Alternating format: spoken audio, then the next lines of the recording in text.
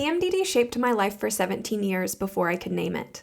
I spent those years searching for answers, questioning my sanity, and desperately seeking treatments that actually worked. My painful journey had an unexpected twist. Helping others heal from PMDD became my life's purpose. Hi, I'm Jess, a board-certified nutritional therapist, coach, the founder of Her Mood Mentor, and your host. This is PMDD Pep Talk, a weekly reminder that your suffering is real, your experience is valid, and your future is brighter than your symptoms suggest. Each week, we're going to explore the truths about PMDD that nobody talks about. The kind of truths that shift something deep inside you and make you think, maybe there's more possible than I imagined. Whether you're in the depths of luteal darkness or riding the clarity of your follicular phase, you're exactly where you need to be. Because here's what I know for sure. Healing PMDD isn't just about managing symptoms, it's about transforming your life. This challenge, as brutal as it can be, is an invitation to know yourself more deeply and live a more joyful, purpose-filled life. PMDD might feel like your whole story, but it's just a chapter, and you get to write what comes next. Welcome to PMDD Pep Talk. Quick pep talk pause. Remember that everything we talk about here is meant to educate and inspire. Always team up with your healthcare provider for personal medical advice. All right, now let's get into it. Hello, this is Jess with Her Mood Mentor, and today I'm meeting with one of our one-to-one clients and PMDD rehab students, Carly. Hello, Carly. Hi. So excited to chat with you today. And first of all, just thank you for being here, raising hope in the community, and being willing to share your story because it's such an inspiring one. Well, thank you so much for having me. I'm really excited. Yay! Okay, well, let's get into it. So, PMDD symptoms, how have they impacted you? For how long? When did you know that this could be PMDD? Kind of work us through how this played out for you. Okay, so my PMDD symptom story is a little different than so many of the other ones that I've heard because it started so long ago. So I fortunately was able to identify that I had PMDD symptoms or that I had PMDD when I was like between 16 and 18. I was in high school and I had a therapist who, without me knowing, was tracking my symptoms and then pointed out like, hey, from your sessions, it really seems like your symptoms are following a pattern. And there's this newer diagnosis of PMDD, because this was, in like the early 2000s. She was like, it sounds like this really applies to you. So I was able to pinpoint that it was an issue. But my only available interventions were always consistently SSRIs and birth control. And so, with that being the only thing available and not, wanting to live under this insane PMDD fog, I went for it. And, of course, my symptoms got better, but it was kind of like playing whack-a-mole because then other things would get worse, right? So if I missed a dose of my antidepressants or missed a dose of birth control, I'd be spotty or have these like crazy dizzy spells or just, not feel myself for a period of time because my life was dictated by the medications, which it was working. So, all things considered, that was better relationship than the ones that I was having with my symptoms, but not the best case scenario, of course. And then so I kind of went through a period where I was like, I don't want to be on meds anymore. Like I feel I just would love to have my body be just organically functioning, like itself. So I would try to come off of both of those things and it wouldn't go well.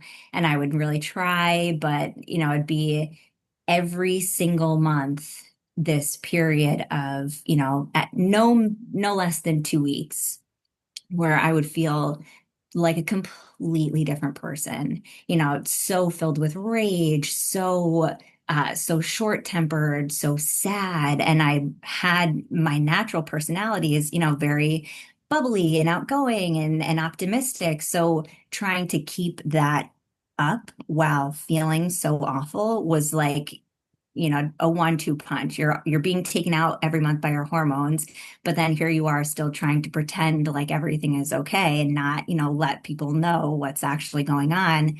And I would just dread my period every single month. And it just felt like I had no control over anything. Going from feeling on top of the world or, like my best self, and then like a switch would go off and I would spend the entire rest of the day filled with rage and having no motivation and um, just completely powerless against my symptoms. And that went on for about I'm 35 now, so 18 years, almost 2 decades.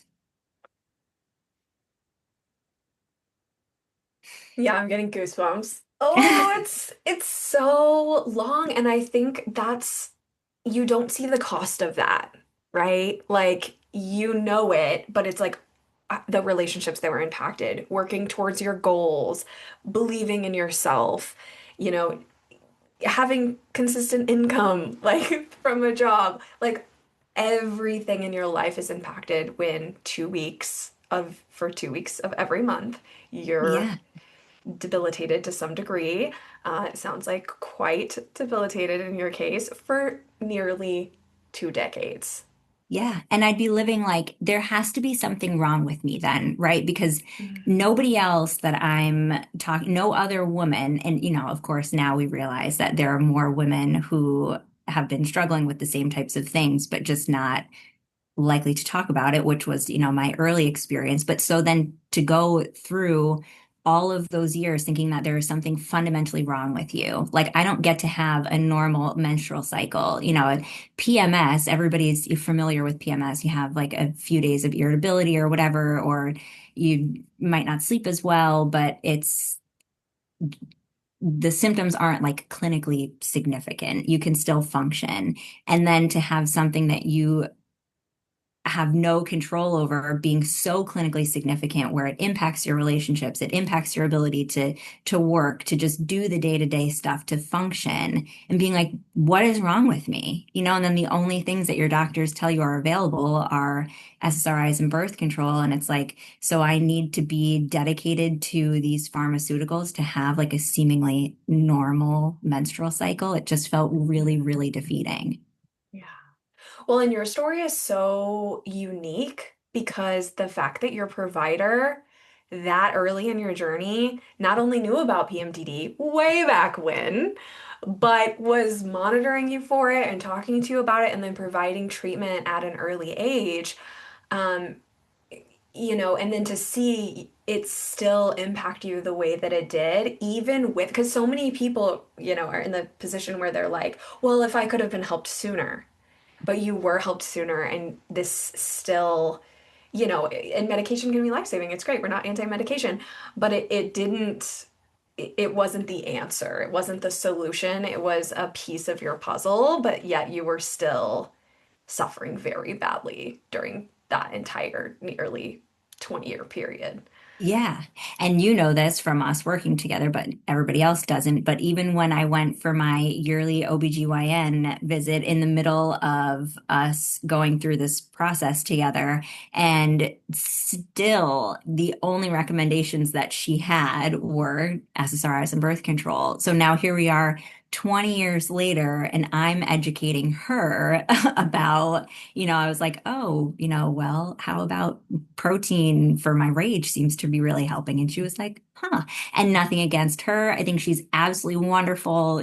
I had a great relationship with my OBGYN, but just that there's such a lack of knowledge and education there, goes to show that there's not necessarily anything that's going to come different from like the medical standpoint, at least where things are now. Yeah. I think there needs to be, and I don't know where this education would come from, but it would have helped me. It would have helped you so much earlier to just be like, okay, people work within their scope, right? You know this, you're a practitioner. People work within their scope. This is their scope, diagnosing and treating with medication. And they don't have that much education actually on the menstrual cycle. Even an OBGYN is a surgeon. You would be surprised the lack of education they have around the menstrual cycle and hormones. And they're not a nutritionist. And so there's a lot of these, and we talk about this so often in our sessions because if you're listening, and I hope it's okay to share this, Carly, but you're a counselor, you're a licensed counselor. And so we've talked a lot about how there's this disconnect between the mental health profession world and the body, the physiology, and what the physiology needs to have a healthy brain. And again, not your OBGYN's job. But what happens is we become so victimized. We feel like I am trying, I am asking for help, I'm going to the appointments, I'm shelling out the money, I'm taking the time off work, and I'm getting nowhere, right? And we turn it back on us. Oh, well, it's because I'm not trying hard enough. I'm not good enough. These things don't work for me, whatever the narrative is. When really it's just like, hey, we're really like going into a cake shop and being like, I need donuts. I'm looking for donuts. And they're like, cake. We have cake. Do you want cake? More cake, more cake, right? And we need solutions that they're not offering. Yeah. And that's as simple as it is. And it's not about you. It's not about the listener. It's not about the doctor or any practitioner. They're doing their job, and you might need something that they don't offer and they don't have skills in, but it holds us back and it costs lives ultimately. Yeah, totally. There were months where I mean, and this was not like an isolated thing. It became, pretty much standard where I wouldn't even want to be alive. And not because I didn't love my life. I love my life. And I think, if anybody who knows me hears that, they're going to be like almost knocked on their feet that I would ever feel that way. But I did. I would be walking my dog and be like, I wouldn't mind if like a bus just came and hit me right now. Like I'm so sick of feeling like this and I have no way out. So it was never to actually like end my life, but it was just to end this period of like hopelessness and despair that I was experiencing just constantly. And then you have a period of a few good days, and you'd think that that would be relieving, but it's not because you know that that's only going to be, it's such a time limited thing. And before you know it, you're going to be right back in the depths of despair, and your doctors can't help you. They can only give you so much. And so what do you do? Like you said, I'm a licensed counselor. So when I hear things like, maybe just get a new therapist or you need some new coping skills, I'm like, I'm trained in the coping skills and I'm doing them and it's not enough. Like, Yeah. somebody please help me. Yeah. Yeah. Yeah, the hopelessness that's perpetuated is really the precursor to the suicidal ideation that I see, and Totally. also the negative thinking loop that you get in that then perpetuates that hopelessness even more. And that's one of the reasons why you came here, right? The suicidal ideation was a factor that was scary. You're a mom. You are building it, you have a thriving business. You are in a marriage, like all the things that require you to be there and show up as yourself. And it's also really interesting hearing you say that if people in my life knew that I was facing this, they would be shocked because it doesn't match my personality and I mask that as much as possible. And I think that weight, we've talked about this too, but that weight of carrying that and holding that is so much internal stress on the body, and so sad for us that we're suffering in silence like this rather than being like, guys, I'm drowning, I don't know what's happening. You're going to the doctor, but it can be harder to go to your family or go to your husband and say, hey, this is actually happening and I don't know what to do. Hmm. But that silence, again, it perpetuates more hopelessness and more suffering. So it's just like it's a mucky situation, isn't it, Carly?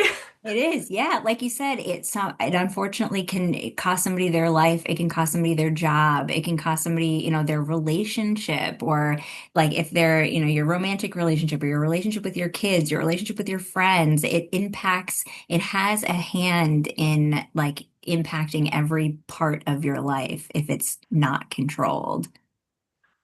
Yeah, the days that you lose fighting Yeah. this. So what was the turning point? What was the like, okay, I have to try a new way? Like, because we ultimately did the root cause work, but what kind of led you to shift gears into that realm after trying the medications, trying the therapy, trying the coping skills? trying the exercise regimens, all the things. It was this past year, so the end of 2024, right after Christmas, and we were going on a road trip. And right before we left, my husband and I had like a quick conversation about um, potentially expanding our family. And we were on completely two different pages where he was like, I don't see this as a possibility if, and like not a knock towards me, he knew that how much I was struggling, but he was like, genuinely, I don't think that our marriage could survive another pregnancy with, how much of a toll it takes on your body, how dysregulated your hormones are, how much that took a toll on our relationship. And I remember in that moment being so gutted because I was like, this thing that I don't have control over could ruin and rob me of the life I've always imagined for myself. Like, I never thought that I could get to a point where expanding my family and having the family I've always dreamed of having could be taken from me just because there's this thing that I had no choice over experiencing, and all of the help that I've been trying to get and not been able to find anything that's like really works across the board could cost me this life I've always wanted to live. And that just was like, I have to find a way through this. I can't keep living, this way. Plus, it was in the middle of the winter. So, like, the seasonal affective stuff was, piling on. And so I was just like, well, where can I try to get some extra information? Let me go try to find a podcast. Yeah. Oh, so many goosebumps already. Stealing the life away that you had envisioned and dreamed of for yourself. That is quintessential to the Mhm. PMDD experience. And it so often takes that um, degree of seriousness before we're like drawing the line in the sand saying enough is enough. I mean, not that you hadn't done all the thing, you had been trying, but we can white knuckle it. We can suffer as women. We can bear the weight for a long time, but when these symptoms start hurting the people that we love or keeping us from the things we know that are meant for us, we're stamping our feet down. We're saying, no more. This is Yeah, not going to be my life. right. And it takes a specific type of person and a specific type of place in life to get there, but you got there. And what has been different? What's that? What has been different? Oh, everything's been different. So from the moment I found that the first podcast that I listened to that you were on and started learning more about, the pieces, the highs and lows of estrogen, dopamine, the relationship between PMDD and ADHD, and being like, oh my gosh, this is the first, like, I was in tears listening to that because I'm like, for the first time, somebody's like validating my experience and putting reasons behind it. So that makes me feel like there's help. And I think when you get to a point where you are that low and there's like a beacon of hope, you do anything you can to fight for it. I think on our first meeting, I was like, Jess, you could tell me to wake up at 4 o'clock in the morning and go gnaw on my tree, like eat some tree bark or whatever. And like, if that's what's gonna help, like I'll do it. Like, Oh, you did, you did. Oh my goodness, I love your sense of humor. Yeah, yeah, there is a desperation that comes and it's uncomfortable to recognize that, but I also like the quote like rock bottom can be your trampoline. And it yeah, has to take, you have to get to a point where you're ready to do the work because it's a lot easier to take a pill. And when we're really suffering, sometimes that's what we need. We need the medication to just like prop us up a little bit so we're not falling below the surface of the water trying to survive. But beyond that, we have to start looking at, okay, what more can I do here? And not in a frivolous, I'm going to do all the things, I'm going to change my whole life, but in a very targeted, specific way that is personalized to you. So you made the choice to come into our program to do the work. And what did you start noticing as you were going through the program with your symptoms? And I do have some fun quotes to read and a little ADHD moment before we move on. The podcast that you were mentioning, the Divergent Conversations, we'll give them a shout out because that they're amazing. If you are on the neurodivergent spectrum whatsoever, they have a fabulous podcast. And I did a talk on there about PMDD and ADHD and neurodivergence in general, and that's what Carly is referring to. And we're both ADHD. We both have our fidgets on our call today while we're doing this. So it is a factor that we considered in your case, and we tailored our recommendations and everything around knowing, that about you and your capacity as a mother and running a business, all the things. So as we did that, what did you start to notice with your symptoms? Immediately things started to improve. Like from the first intervention of, assessing my diet and, just how much protein I was getting. And so finding these pockets of things to hone in on, that was really what started the domino effect of things getting better. And it was even from that change and seeing the reduction, experiencing the reduction in my rage, I was like, okay, this did not a pharmaceutical in sight. Again, not that there's anything wrong with pharmaceuticals. As a licensed clinician, if you can't make your own dopamine, store bought is fine. Totally support medications. But if I didn't need it to have the relief, then that was my goal. And so just seeing one change after the next with just some of those small things was really what got us jump started. Yeah, some quick wins where you felt like, okay, I am starting to have more control. I know what to do, how to do it, and it's not like we're changing your whole life to help you feel better. Right. They were like small, manageable changes. And, it was a lot of work, obviously. The symptom mapping was huge. So finding out, instead of just being at the mercy of my cycle, being able to see, hey, for a consistent 3 months, days 2 to 4 on your cycle are your hardest ones. I can plan ahead for that. So then if I wake up feeling, not great, it's okay, we planned for this. This was expected. So it's not knocking me off my feet in the way that it was before, where it would be like, why is this here again? When is it going to end? Because I could mentally know, all right, on day 5, I'm going to start to feel a little bit better. We're going to start coming out of the weeds. So the whole relationship with my symptoms changed.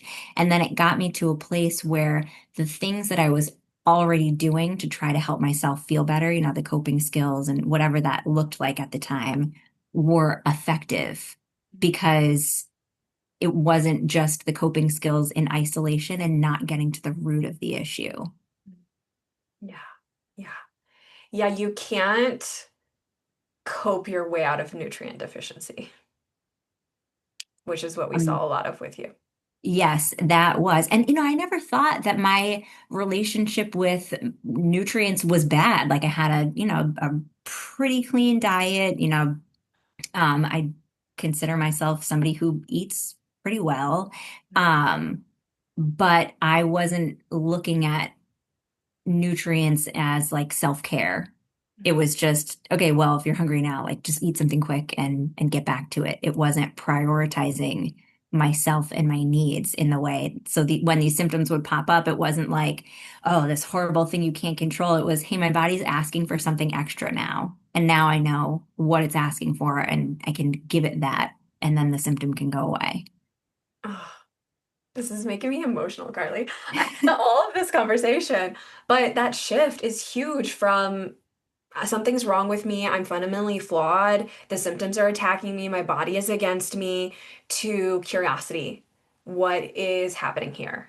How did I sleep? What am I hydrated? What nutrients is my body needing? Like you have a completely different way of interacting with the symptoms, which again, we can't quantify. It's not something we can hold in our hands, but that relationship change between the experience and yourself changes everything that comes next. Not only what Yes. you do, how you do it, how you talk to yourself, how you react within your family unit or the people that are around you, it is the catalyst to change. If your body is against you and you're fundamentally flawed, well, there's that. Nowhere to go from there. Too bad, you know. When you ask questions, lots of options. So true. Yeah. And the options look completely different most of the time. Yeah, the options aren't be better, try harder, change your life, Right. divorce your husband, move to a different country. Yeah, right. Yeah. Pack it all up. Just, try again somewhere Yeah, else. or burn it down. Yeah. Yeah. Choose how you want to do it. Yeah, it's very different. So in by sessions, our second session, you said, my skin is even getting better. By our third session, you said, I didn't have any suicidal ideation. You said such a reduction in anxiety, which is a major factor you were facing. Jump in if you want to add anything to any of these, but I'm just kind of going through the timeline. Yeah, well, and in the reduction of the symptoms, it wasn't even my PMDD symptoms, it was my ADHD symptoms also started to improve. So usually I could tell that if I wasn't tracking my cycle, I could tell like, all right, well, when you start to feel like the world is ending and nothing will ever be good again, and you can't concentrate on anything and you're completely, fried, then it's probably coming. But now it was like, oh, I my cycle started today and I didn't even there were no warning signs. Like here it is. Yeah. Yeah, and it's such a relief to hear that because I think we can get into this very myopic, like ADHD needs this, PMDD needs this, right? My thyroid condition needs this, whatever it is. It's all very compartmentalized. But the reality, which let's just say this again for all those in the back, for ourselves, the body's connected. Okay, your brain, your body, it's all in here. So everything that you do to improve your PMDD symptoms or your ADHD symptoms isn't only going to improve that one factor that you're facing, it's going to have this beautiful compounding effect on improving lots of other things, thank goodness, which really simplifies things. Because if we had to only do a certain set of things for this and only a certain set of things for this, right? Ain't nobody got time for that. We gotta live our Right. lives here. Yeah, right. Like Yeah. we have jobs and stuff. Yeah. Yes. Yes. Children and partners and jobs and houses to clean. So it's so exciting to see that because that also, the ADHD symptoms are impacting your quality of life in a huge way. Your Yeah. productivity, your sense of self, your self-esteem, all of that. And you have goals, right? You came to this because you have things you're wanting to achieve, and both of these factors are holding you back from that. Yeah. Which this ties perfectly in. In the fourth session, you said, I can compartmentalize now. Which, whoa, jaw drop. Yeah. Yeah, the compartmentalizing is huge, right? Because when you can't do that, it seems like everything feeds into it. You can wake up and it's like you're waking up with glasses that taint everything you're looking at. If you're having a bad day, everything you look at is negative. But Mhm. knowing that you can compartmentalize that into like, it could just be a bad morning and I'm going to feel better after I eat breakfast or, by tomorrow, this is going to have gone. So just give yourself grace today and, don't try to recreate the wheel. You're going to feel better tomorrow. So that compartmentalizing is so, so important. Yeah. When we're in fight or flight, we're so dysregulated, our symptoms are so severe, your brain isn't going to have the capacity to do that. It's just like survive, survive, whatever you have to do to survive. And that drives a lot of pain. It drives narcissistic tendencies because you're trying to survive, which destroys relationships. It makes you cry in situations that are inappropriate. I remember I could never not cry. I would be working coffee shop jobs in high school or in college, I mean, and just looking at people like, I know she's in a breakup. I know his grandma just died and they're here and they're just working and I'm like sobbing over whatever, not as serious as either of those things. And I just couldn't understand like how are people able to just not to compartmentalize. It just wasn't comprehend something I could comprehend. But as you calm the nervous system, as you get the nutrients that you need, as you work on these things, and you get some skills and coping skills, you can learn to compartmentalize. And it can be such a weird experience to shift to. Right. Yeah, it goes not from like, oh, this is like something about me, right? Going back to that, like I'm flawed. Like everybody else can move through these experiences and seem okay. And I'm like crying because I'm stuck in traffic or something. And so there must be something wrong with me. But no, the compartmentalizing of your body's just asking for more. Like there's something else that it needs. So that's not something that's wrong with you. It's just something wrong that you're doing that you don't know. And it's not a fixed thing. It's fixable.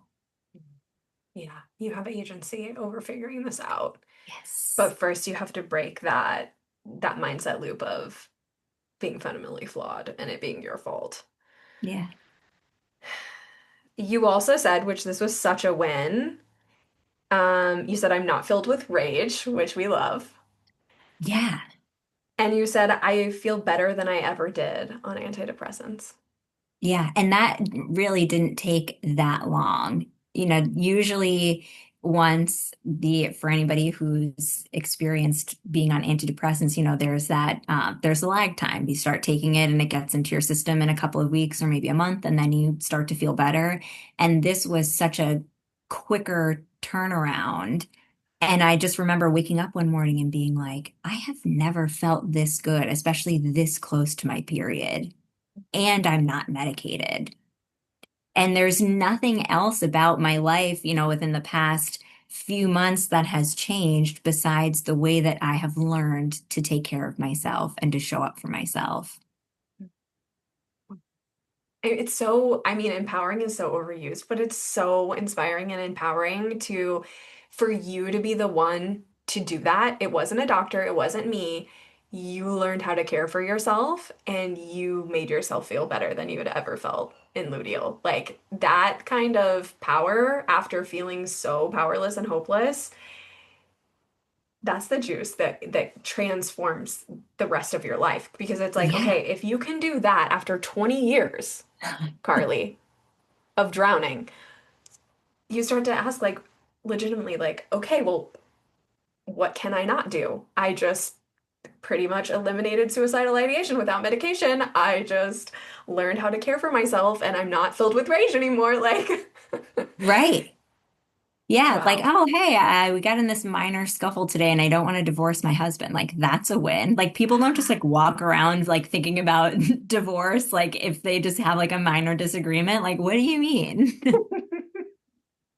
Yes, yes. It's like the downward spiral with PMDD and you're experiencing the opposite, which is really an upward spiral as you're healing. I have a couple more quotes and then we'll move on to the hope that you have to share. But this in the succession again ties into what we just said. You said, I cannot believe I'm having symptom-free cycles without medication. Yeah. So hopeful. So, so hopeful. It just really, and like you just said, after 20 years getting to that point, it was just like, just insane. There's not even like really a word to put through it because it's like such a mixed bag of feelings. But to know that this was really all it took, and not to make it sound simple because it is a lot of work, of course, but like this is all it took, meaning like in a few months period, if I really like buckle down and do these things and familiarize myself and with my daily habits and with, all of the other things that are coming into play, I can be living a completely different life. And like no doctor had to be involved in it.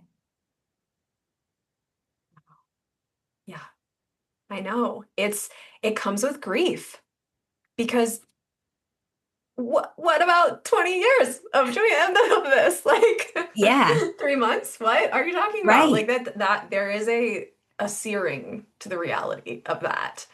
And also we're here, we're grateful. Like we wouldn't trade it. You learned a lot. Maybe you would trade it. I can't speak for yourself, but but yeah, there are grief stages as we're healing this, and that's absolutely a part of it. And luckily, uh, because of your profession and because of the life that you've lived, you have lots of coping skills to navigate through those feelings. But it's something we talk about when you graduate out, like, hey, feeling better isn't all rainbows and butterflies. There's some pain Yeah. that comes with it. Yeah, there totally is. It's, not all the feelings that you're going to experience in that period are going to be similar, but they all have a place. Okay, so the last quotes I have was from our last session, and you said, my husband and my relationship is so much better, Yes. which I'm hopeful about the future of this family growing based on hearing Yeah. that and your dream coming true. And you said our house has a happier energy, which we love. You said, I don't have any severe symptoms. And when we started, there were 3 weeks of moderate to severe symptoms. Yeah, And the last one, like, oh, I cannot believe I lived that way for so long. for so long. Yeah. And when you're in it and you're suffering in silence and you're doing the things and the symptoms are as bad as they are, there's a way to rationalize how you feel that like justifies, especially just speaking to the rage, like justifies the rage. I'm feeling this way and it must be because this thing that you have said or done is just so awful. And then, like we know, if you have PMDD, once those symptoms start to get better, then you have all that mess to clean up. And so now to be able to consistently for the entire month communicate better through hard moments and to have patience in the face of things that I had no patience for 20 years, when I was getting around the time to, or like in luteal for that to all be different. I feel like it's such a gift for my daughter and whoever ends up coming after her because it's like our household isn't just, swinging in the breeze of mom's hormones, where like one day everything is fine and then it's like a switch flipped and she's got this like irritable energy about her because even as much as we try to mask especially with children like they know they can feel it so the energy shift in our house was a gift for me, of course, but it's a gift for everybody, especially my daughter. Mm. More goosebumps, Carly. I'm gonna start having to wear coats to these calls.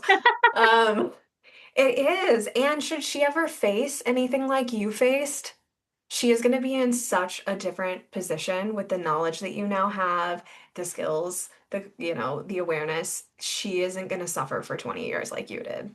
Yeah, this community that you have created really is like preventing generational suffering because we as women, once we can recognize these things and, know what to do, not to say that the same protocol is going to, fit for everybody. It's not necessarily a one size fits all approach, but to know that there are different interventions to explore versus what is given to you at like an OBGYN appointment um, is a game changer in such a significant way. Yeah. Again, so many options from like two to endless, this overwhelming amount of options. Really, honestly. Especially when you've lived such a long period of time feeling like there aren't any, or there's just this one specific one. Yeah. Yeah.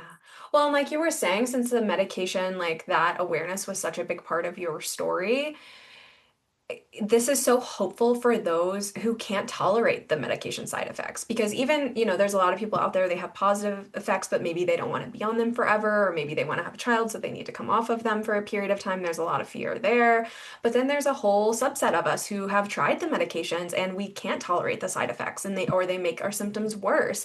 And there literally are then no options. Right. None.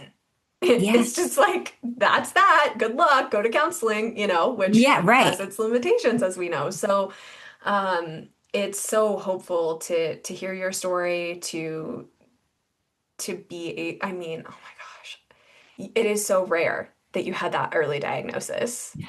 So rare, especially in the time period that I was given it. I mean, I don't even know that it was in the diagnostic Yeah. and statistical manual, Yeah. the Bible for diagnosing disorders. Like it was so new even in that. Like it just was not a part of the conversation. But even all the way back then, like I said before, 20 years almost has gone by, and in the medical community, those interventions have not changed. So the more that we can talk about this, the more that people can understand that those aren't our only options. And if we are suffering and feeling like there are no options available to us, like if you're somebody having the experience like you just mentioned, where medications you can't find one that works well with your system. And there are so many people experiencing that, to know that then that doesn't mean that you have to continue to live the rest of your life like this,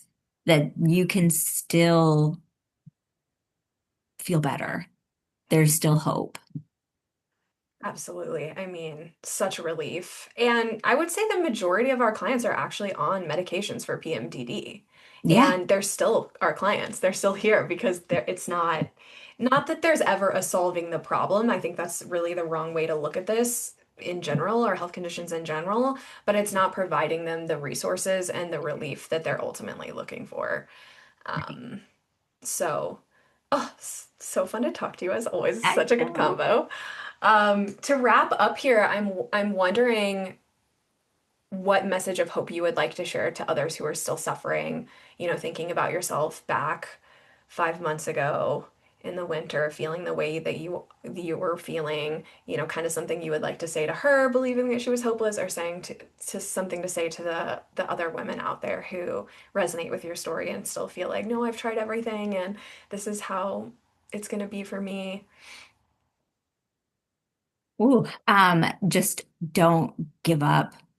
Don't give up on yourself. Like if even though you could be coming at it from a place where you feel like you've got nothing left to give, like give yourself this gift of trying this way, because there is so much hope, and you don't have to suffer in silence, and you don't have to be, embarrassed. You should put words to your experience and talk about it, instead of just, you know, living with a mask on and, trying to force feeling like everything is okay, or pretend.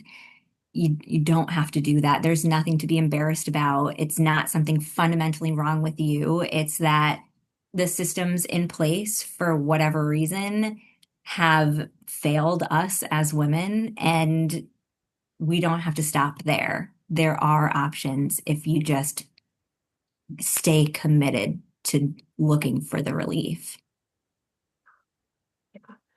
It's so easy to get caught in that hopelessness trap. And especially when you're in luteal, like, you have to have that symptom mapping to be able to be like, yeah, here it is, right on time. Like it's a predictable place that you're going to encounter if you have these symptoms. But it doesn't have to be your whole story. It can just Right. be a 20-year part of your story.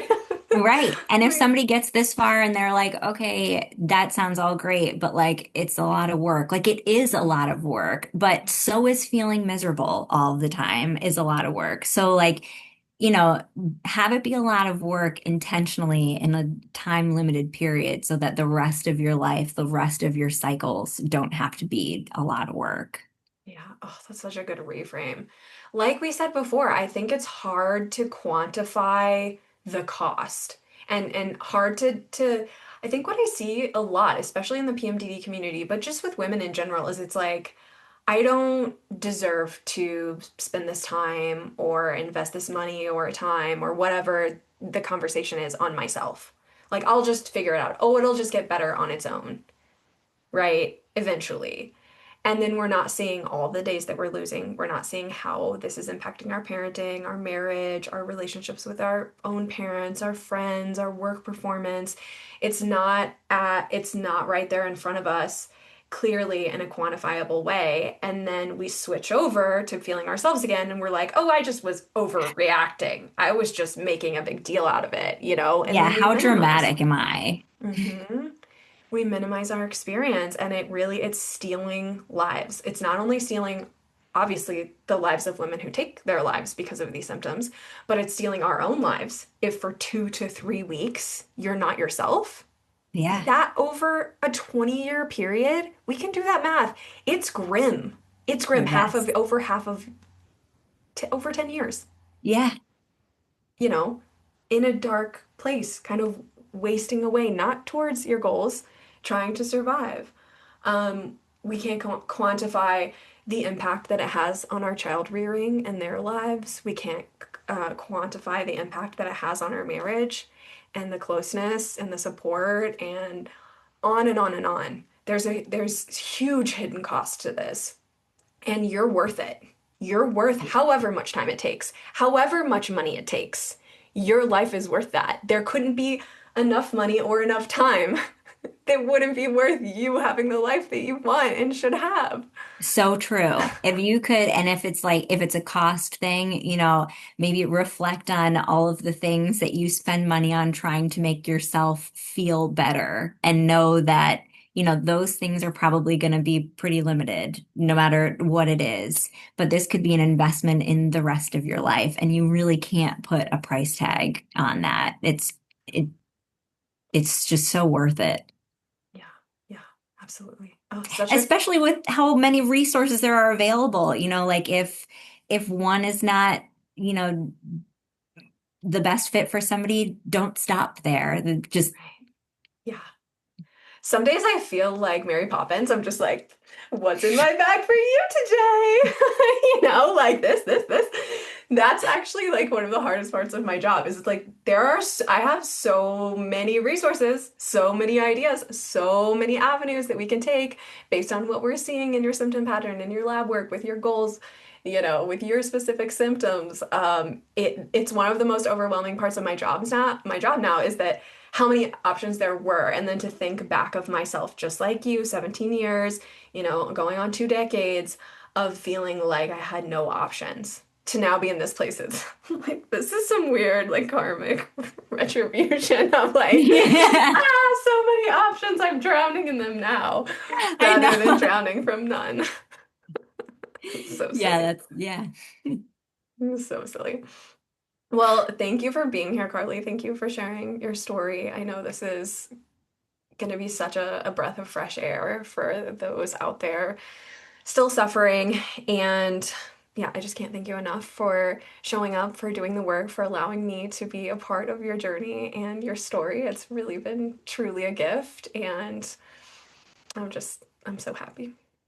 Yeah, well, and thank you so much because it has also been a gift to me and to so many other women that you work with. Like, I said on our last session, of course, it's up to us as the clients to show up and do the work, right? But we wouldn't know what to do if you weren't leading the charge. So thank you for all of your work and your continued commitment to make PMDD more of the conversation and get the word out so that more women can start getting their lives back.